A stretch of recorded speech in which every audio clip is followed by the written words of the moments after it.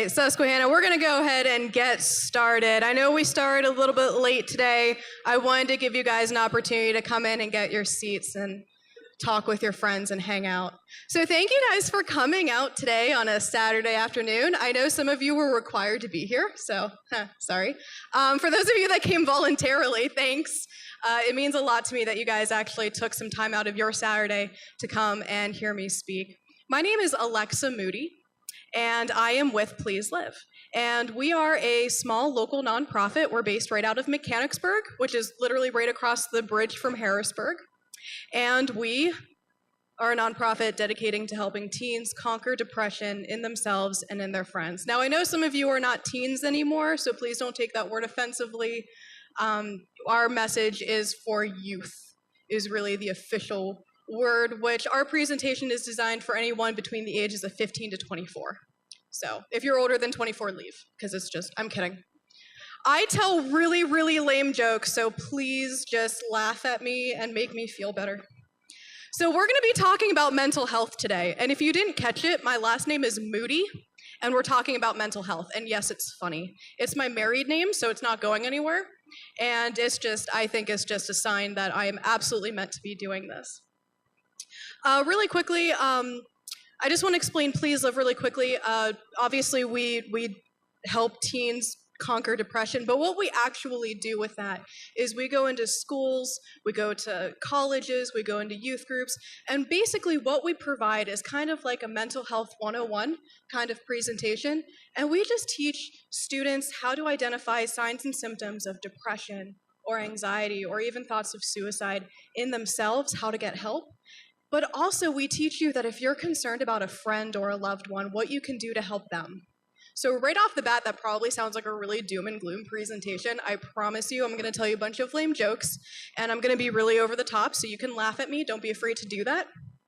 A couple disclaimers: if at any time you're feeling really overwhelmed because of the themes of this presentation, please feel free to stand up, walk around, leave the room if you have to. I completely understand that that may be kind of heavy for you, especially if you have experienced some of these things firsthand, or if you've ever experienced a loss to suicide. Those are very, very heavy topics.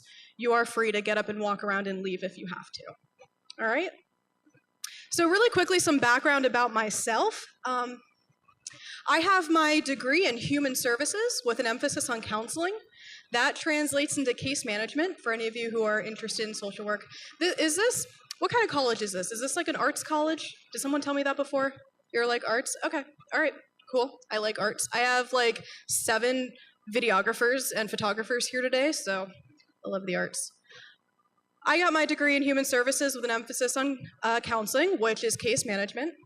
After I left college, I continued on to get my certification in mental health first aid. Some of you, I believe, have had that training. That's an internationally recognized 8-hour certification program that certifies you in kind of first aid for mental health, as the name suggests. I hope that by the end of the year, I'll be a certified instructor in it. I'm also a certified instructor in QPR, which stands for Question, Persuade, Refer. Some of you are going to be taking that class after this presentation. That is a certified 1-hour suicide prevention class that is nationally recognized. On top of my work with Please Live, I also have been on the board of the Older Adult Suicide Prevention Coalition. I was previously a member of the United Way Youth and Adolescent Mental Health Subcommittee, and I am currently the assistant to the executive director of the Mental Wellness Awareness Association, and I'm also a certified virtual life coach. So all of that to be said, I kind of know what I'm talking about today, and you can kind of trust me a little bit. But what truly qualifies me to be in front of you today is not my education, and it's not my certifications, and it's not my past employment positions. What actually qualifies me to be in front of you today is that I'm someone who is intimately aware of what it feels like to struggle with depression, and someone who has struggled with thoughts of suicide.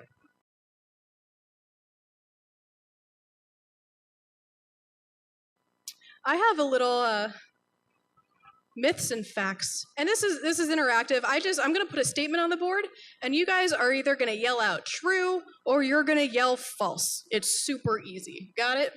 You guys can handle it. All right. Psychiatric disorders are not true medical illnesses like heart disease and diabetes. People who have a mental illness are just crazy. True or false? Yeah, that's super false. Yeah. People with mental illness are not just crazy. How about this one? Suicide is the second leading cause of death for youth aged 15 to 25. True or false? That is true. And you know, there's many potential reasons behind that. It's worth noting that suicide is the second leading cause of death for the deaths that we can actually prove are suicide. That number is actually probably way higher. And I mean, youth today have a lot of stresses, more so than they used to.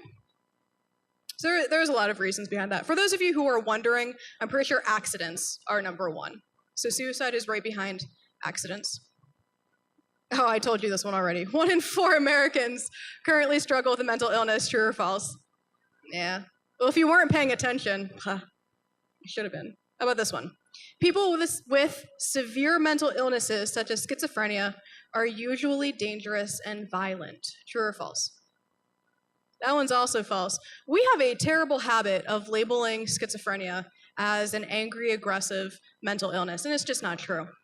When we think of schizophrenia, we tend to think of the theater shooter or the marathon bomber or something to that effect. And unfortunately, because we make those connections, we assume that someone with mental illness is inherently violent. Absolutely not true. Those with a mental illness are just as violent as anybody else. And actually, people with schizophrenia, more often than not, are scared and isolated. So they're more likely to lock themselves away in their own house than they are to come out and do a school shooting or something to that effect.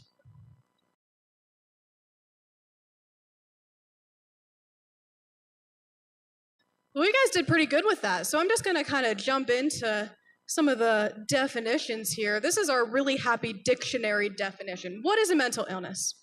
A mental illness is a psychiatric disorder that results in the disruption in a person's thinking, feeling, moods, and ability to relate to others. Super dictionary definition, but I think it's helpful to compare it to what it is not. A mental illness is not to be confused with mental disabilities, learning disorders, weakness, laziness, attention-seeking behavior, character flaws, or something that you can just get over. See, we have a tendency to try and compartmentalize mental illness and physical illness. We like keeping mental illness here, and we like putting physical illness over here. And the reason is, with a physical illness, you can see a broken bone, you can see cancer cells, you can see high blood sugar, or whatever it is, but you can't see depression cells. You can't take a blood test to find out if you're anxious, at least not yet. Medical advances, you might be able to do that one day. But because we can't see a mental illness in the same way that we can see a physical illness, we tend to just assume they don't exist. And when people post those Facebook or Twitter statuses, that they're just doing it for attention, and they just want everyone to feel bad for them. Or if you just tried hard enough to get a job, because that's so easy, then you would feel better and get off the couch and everything would work out. And unfortunately, that is not the case at all.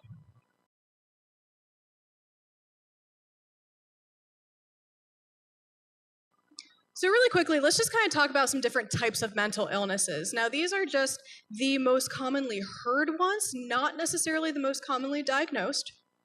But I just kind of want to talk about them really briefly, tell you some of the signs and symptoms of them, or what they look like, and how they kind of interact with each other. So depression is probably going to be the main one I talk about, because that was the one I struggled with. So I intimately know what depression feels like. Depression is usually a really low mood, it's sadness, but more often than sadness, it's usually apathy. And especially for men, it can be anger. Now, obviously, I'm a girl, but I was very angry when I was dealing with my depression. So it doesn't have to, just because you're a guy doesn't mean you're going to be angry. Just because you're a girl doesn't mean you're going to be sad. But the very, very low moods, it's you lose a lot of your energy. It's really, really hard to get out of bed when you're depressed. It's really hard to shower. It's really hard to do anything to take care of yourself because there's just no point. It's what depression feels like. Anxiety, in a way, it's a really high energy one. It's the feeling of impending doom. That's what anxiety feels like. If you've ever had a panic attack, that's a symptom of anxiety. It's the feeling of wanting to jump out of your skin. It's actually, you guys all know the fight or flight response. You learned about that years ago. It's when your fight or flight response is in overdrive for no reason. So you're dealing with anxiety, you're up here on the stage, and there's a bear, and you're like, ah, bear, but there isn't actually a bear. So your body's trying to deal with the stress of there being a bear in the room, but there actually isn't a bear, so you drive yourself crazy with anxiety. That's what that feels like.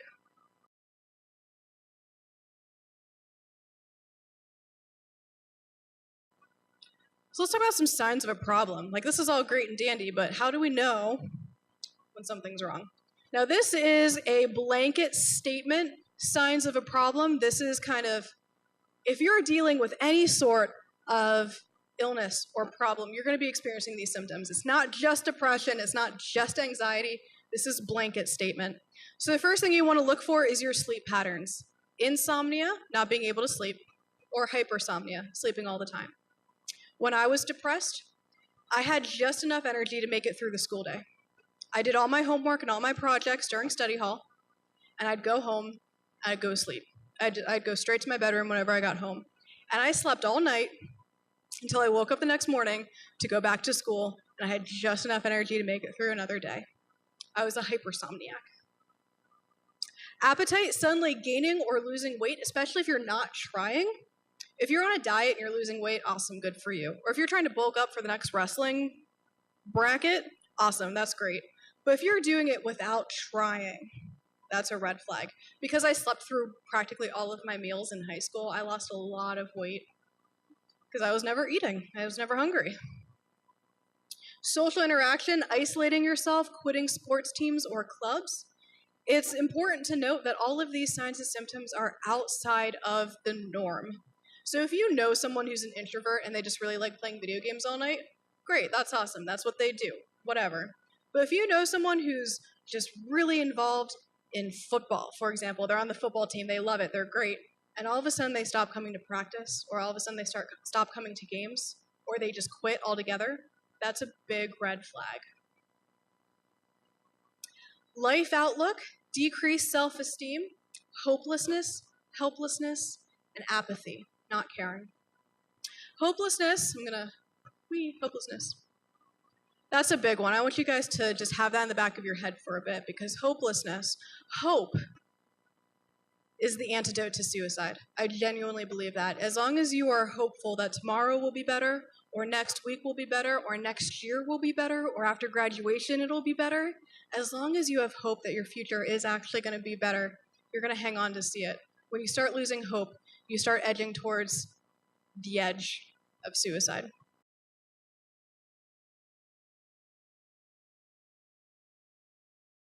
So some of those symptoms that we talked about just now is just kind of being a teenager. It's just kind of being a college student. You guys sleep whenever you want to, and I get that. And that's fine. So what's the difference between just being like an angsty student versus an actual mental illness? And so I'm just calling normal behavior the blues. I know that's kind of lame, but just work with me. So the blues versus a mental illness. The very first thing, the blues, it's a normal reaction to life circumstances. If you get into a fight with your friend, or if you fail a test, you are completely allowed to be upset about that. Those are good, healthy, normal emotions. You're allowed to be sad, you're allowed to be angry.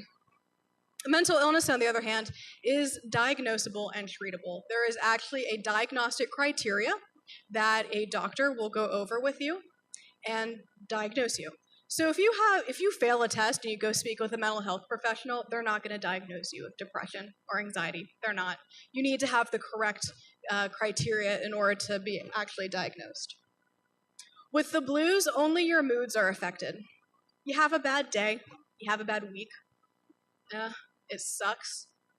Maybe you're a little snappy with your friends, but you're still able to do your schoolwork, you're still able to show up for tests, you can still go to work and do your responsibilities that you need to do. And eventually the bad day is over, or the bad week is over, and you kind of continue on with life. With a mental illness, your moods, your thoughts, your relationships, and your daily functioning is all affected. So someone with depression, I had mentioned before, it's really hard to get out of bed when you're really depressed. And so if you can't get out of bed, you're not showing up for class, your grades start to slip, Maybe you get fired because you're not showing up at work. You're snapping or pushing your friends away. No one's seen you in like a week. Every aspect of who you are becomes affected by the mental illness. And you don't just get over it. With the blues, the symptoms are temporary. You fail a test, you get into a fight, you're gonna get over it. It's gonna be okay. Things will change. And you'll feel better as things change. Your circumstances change, your moods change.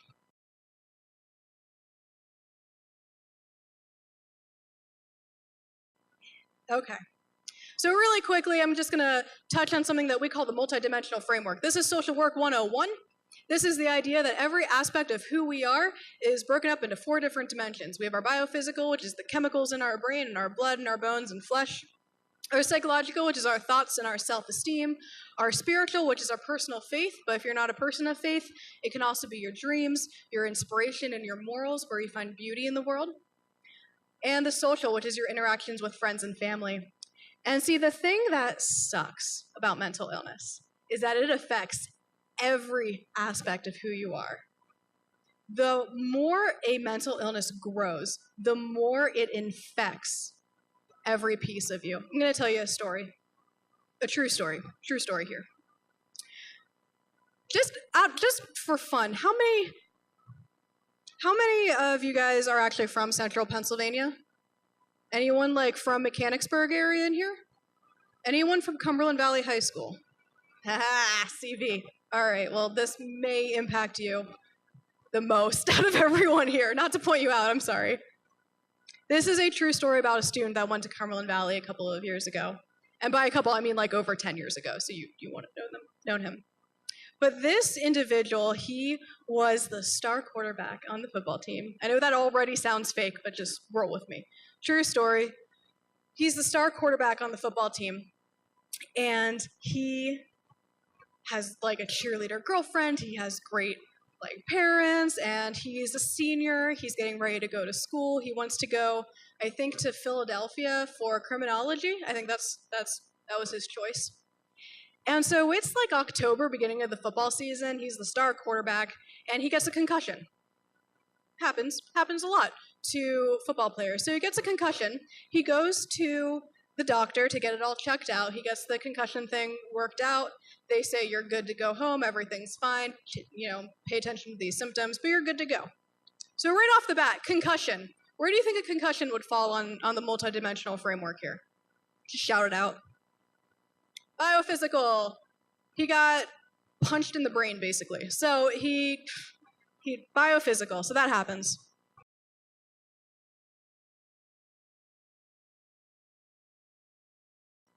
Let's talk about suicide. I know. Awesome. So many of you already know that suicide is the act of killing yourself. We're all adults here. We all know what that means. So it would make sense that someone who is suicidal is someone who wants to die. Yeah?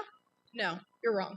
A suicidal person does not actually want to die. A person who is suicidal is someone who is experiencing an overwhelming amount of pain, usually psychological. It's usually depression or anxiety, but it doesn't have to be. And they believe that there is no way out. And so the only exit they can find is to take their own life.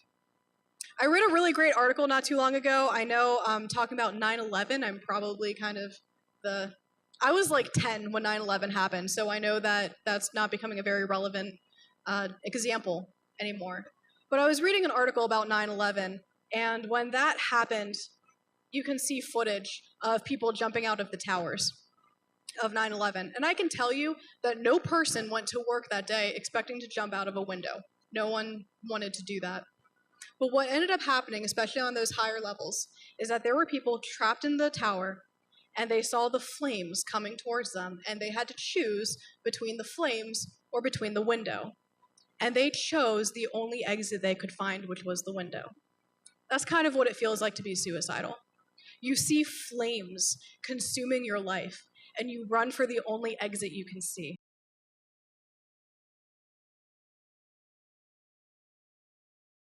So probably one of the most important parts of this entire presentation, warning signs. How do you know when someone is thinking about suicide. Now, the warning signs I told you before, those are the ones that someone may be struggling, maybe dealing with depression or anxiety. If you're seeing those signs in a friend, you want to talk to them, convince them to go to your counseling center, convince them to go to a doctor. If you're seeing any of these signs, you want to immediately get help. This is immediate intervention that you want to get because this is a crisis situation. So the first one, talking about suicide. Yes, if someone is threatening suicide, take it seriously. Even if it's on Facebook, even if it has a smiley face at the end of it, always take talk of suicide seriously. It's not funny, so don't joke about it. And if you do joke about it, someone might call 911 on you, so don't do it. And always take it seriously. The second one is seeking lethal means. If someone is really distressed and then they go out and buy a firearm, that's a huge red flag. Or if they're stockpiling pills, or if they are Googling high buildings or bridges in the area. Those are things you want to keep your eye out for, seeking lethal means. No hope for the future. I talked about that one earlier. Hope really, truly is the antidote to suicide. As long as someone knows that things can get better, and they can, I promise you, things can get better. If you know that, you're going to hang on and see that.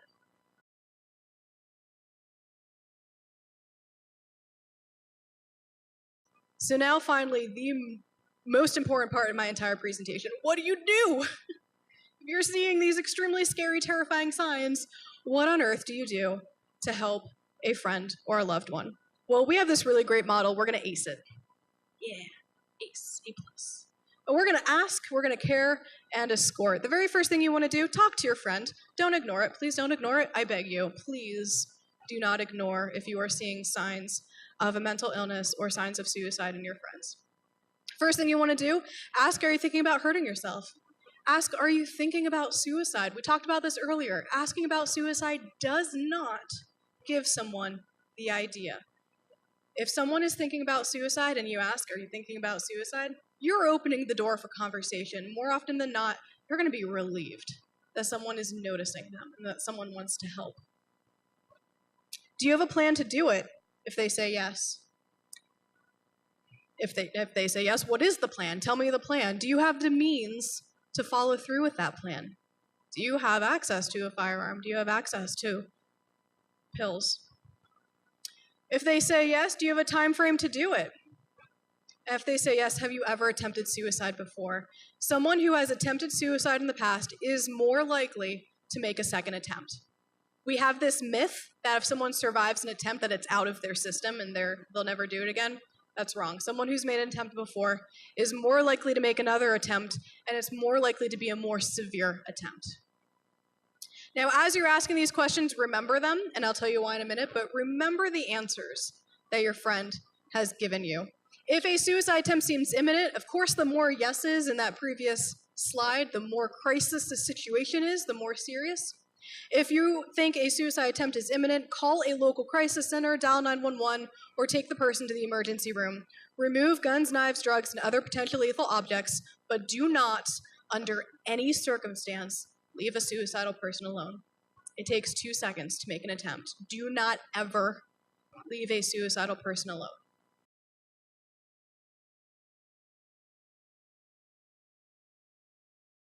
So someone's going to win $10. Finally! Gotta get through my whole presentation. Someone's going to win $10. So, I mean, raise your hand. Who wants $10? If you're not raising your hand, you won't get it. So, yeah, a lot of you. Okay, so hold on. Put your hands down. What if I do this? Just so everyone knows what I'm doing. I'm crumpling it. All right, so I crumpled it up. It's all crinkly. And there's even a tear in it. Oh, okay. Now who wants it? Yeah, okay, put your hands down. I'm gonna put it on the floor. I stomped on it a lot. Now who wants it? Why do you guys want it? I crumpled it up and I stomped on it. Why do you still want it? Because it's $10. And this $10 bill has just as much value and worth as any other $10 bill, regardless of the way it looks. And it's the same thing with you. It doesn't matter how many times someone will crumple you up and throw you on the ground and stomp on you. You have just as much worth and value as any other human being. simply because of who you are.